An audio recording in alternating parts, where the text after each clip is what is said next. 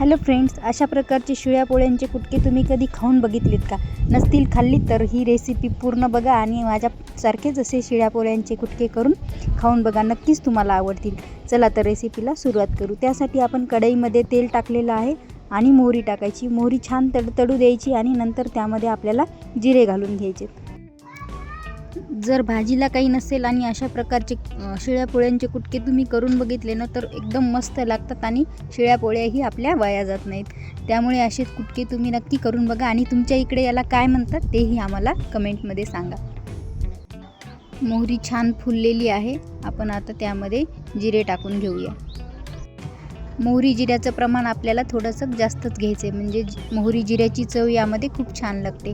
आणि आता मोहरी जिरे तडतडलेत, आपण यामध्ये घालून घेऊया आता एक बारीक कापलेला कांदा. इथे मी 3-3.5 पोळ्यांचे करत होते, त्यामुळे एक कांदा असा मीडियम साईजचा घेतला होता कापून. कांदाही आपल्याला छान लालसर होईपर्यंत तळून घ्यायचा आहे. जर तुमच्याकडे कढीपत्ता असेल तर कढीपत्ताही तुम्ही यामध्ये टाकू शकता किंवा मग शेंगदाणे, तुम्हाला जे आवडतं ते आपल्याला यामध्ये ॲड करता येते. लसणाच्या पाकळ्या असतील तर लसण थोडासा खोडून टाकला तरी चालतो. लसणाची पण चव यामध्ये खूप छान लागते.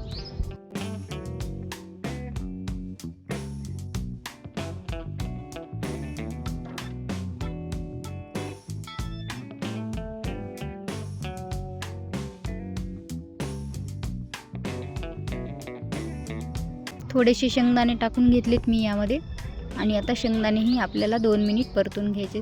आपण पोह्याला करतो का तसंच त्याप्रमाणेच करावं लागते. फक्त आपण पोह्यामध्ये टोमॅटो घालत नाहीत, यामध्ये आपण टोमॅटो घालणार आहोत. तुम्हाला यामध्ये मुगाची डाळ, तुरीची डाळ सुद्धा ॲड करता येते. मुगाच्या डाळीची चव पण यामध्ये खूप छान लागते. टोमॅटो 2 मिनिट परतून घेऊया आणि थोडंसं नरम झालं की त्यामध्ये आपण तिखट मीठ घालून घेऊया.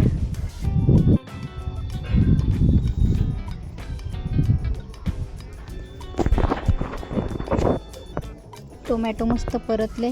आता कोथिंबीर जी जाड होती का ती यामध्ये टाकून घ्यायची. जाड देठाची, म्हणजे ती तळताना नरम होईल. आता आपल्याला यामध्ये घालून घ्यायची हळद 2 मिनिट परतून घ्यायची, म्हणजे तिला रंग छान येतो. आणि तुमच्या आवडीनुसार तुम्ही तिखट घालू शकता. तिखट पण मी इथे भरपूर प्रमाणात घालणार आहे. छान झणझणीत असे आपल्याला कुटके करायचे. तुम्ही अशा प्रकारचे कुटके करतात का नाही ते पण आम्हाला कमेंटमध्ये सांगा आणि कशा प्रकारे करतात ते पण सांगा, म्हणजे आम्हाला सुद्धा तसे बनवता येतील.